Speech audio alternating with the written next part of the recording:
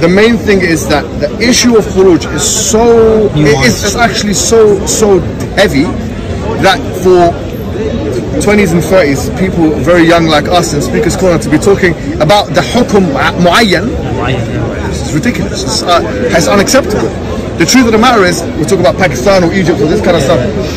What are they not ulama? We're not the ulama that are going to make decisions about life and death of thousands of people. And they're not even going to hear us on that. And the fiqh al-waqi' is all those who are mawjood. Let them do it. Who are Rabbaniyun, not just qualified, they have to be. These ones, the top ones, the ones who have been around for like as long as we've been, not even that, double our lifetimes. Decades. These guys, they assess the situation and they give ahkam. And it's more Ijtihadi. That's what the bottom line is. It's based on their understanding of the reality, the means, the power, the shawka, the mani and the quwwah, then they judge. Okay, many of the fuqaha have stated this is from the masail furu'iyya. This is from the subsidiary matters, not just in aqidah. Now, Ibn Wazir, Ibn Wazir, in his book Al-Awasim wal-Qawasim, mentions, and you can see the screenshot, it's circled in green. He mentions that the speech in relation to rebelling against a tyrant ruler, according to them, is from the speculative rulings, dhanni, not qat'i, is dhanni, for Ibn Wazir. And he also states, the one that rebels against the tyrant, mustahillan lidhalik, he makes it permissible in that. And it's no sin, there's no sin. Why is that? لأنه عمل باجتهاده في مسألة ذنية فروعية, that this is from the actions of ijtihad. The one that rebels against a tyrant ruler is from the angle or from the actions of ijtihad, which is the rulings which are speculative and are subsidiary. Which are secondary, subsidiary and speculative. You can't just force your opinion down people's throats. I'm not denying that it's the imams haven't put this in their books of aqidah, but also many of the fuqaha put it in their books of fiqh. So it's aqidah and fiqh at the same time. How you try to propagate and how you try to force an opinion and force a ruling like it's the only one, no, it's not entirely the case. And we're going to go, when the video carries on, you'll see many of the fuqaha have put this in their books of fiqh. Part of usul al-din is what you believe that this particular issue is. I have a statement here, and I know in the introduction I'm not going to try and interrupt too much, but I think it's important to bring this here. I have a statement here. This is found in Ibn Wazir al-Yamani in his book Al-Awasim wal-Qawasim. He mentions that there is no sin on the one who believes it's permissible. He's talking about this issue of Khuruj, because it is an issue of ijtihad, and it is from the dhanni, the speculative, and the furu'i, the subsidiary issues in Islam. So this issue of ijtihad, as according to this statement, I've got the Arabic on the screen as well, it seems like he's saying that this is an issue of ikhtilaf in fiqh and not an issue of aqidah or usul al-din like you're trying to push. How do you reconcile your statement with his? I want you to understand. I said this is a fundamental issue of the religion. It's usul al-din. So there can be issues which are usul in fiqh, and there can be issues which are usul in i'tiqad. The bulk of i'tiqad is usul, fundamental issues. There are issues in aqidah which are furu'. There are very small. Did the Prophet ﷺ see Allah Azza wa Jalla? It's aqidah issue, like it's what furu'. It's not min usul al-i'tiqad. That's not. Lakin the bulk of i'tiqad is usul. Fiqh, on the other hand, the bulk of it is what? Furu'. And there are issues in i'tiqad, in fiqh, that are usul. Like the issue of believing that the 5 daily prayers are wajib. It's studied in fiqh, but it's a fundamental issue. A person can't just say, I don't believe Dhuhr is wajib. And it's a very dangerous statement to say. So it's not a furu' issue.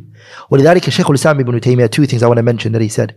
First of all, he said, الصبر على جور الأئمة. He said it's أصل من أصول أهل السنة والجماعة. He said this in his Majmu' al-Fatawa, the 28th volume, page 179. He said to be patient upon the oppressive Muslim leader is a aslun, is a fundamental issue. It's not furu'. من أصول أهل السنة والجماعة. As I said to you before, i'tiqad is usul, majority of it. There is small issues here or there in aqidah, which is furu'. Like in the bulk of aqidah is usul. Fiqh, on the other hand, the bulk of it is furu'. Like there are issues of, even in fiqh, that are what? Usul.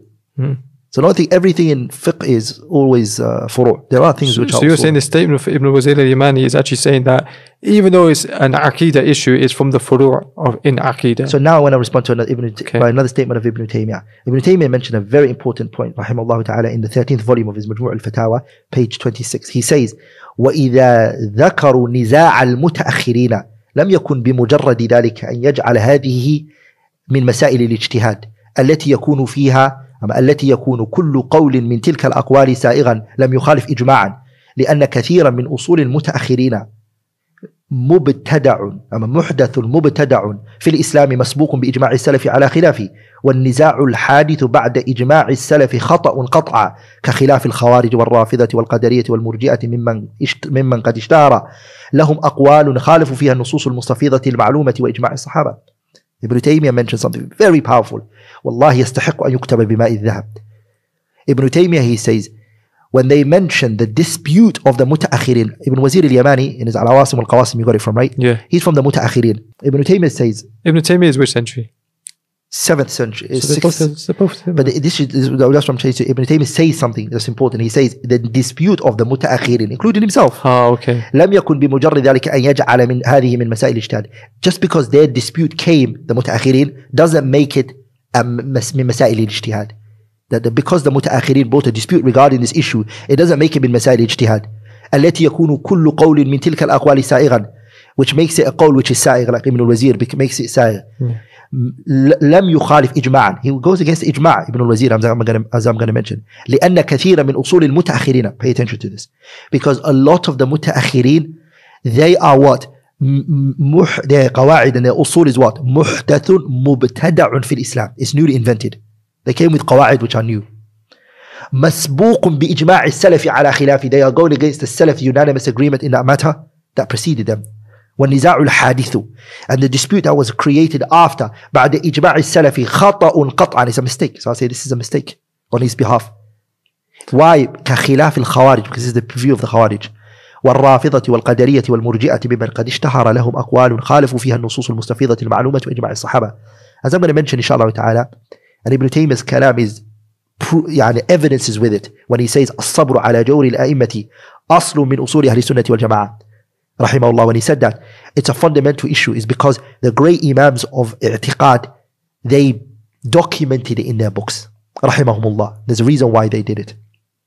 I think that's just a really important point to mention, because I mentioned at the start that I've got tens of quotes from many scholars from many books, and Ibn Wazir al-Yamani is one of those who probably, if not the most popular name that I've got in my research, maybe the second most popular name. So I think that's an important point to mention, that you said that he is the mutaakhirin, and therefore his statements have to be understood in light of the time that he's coming.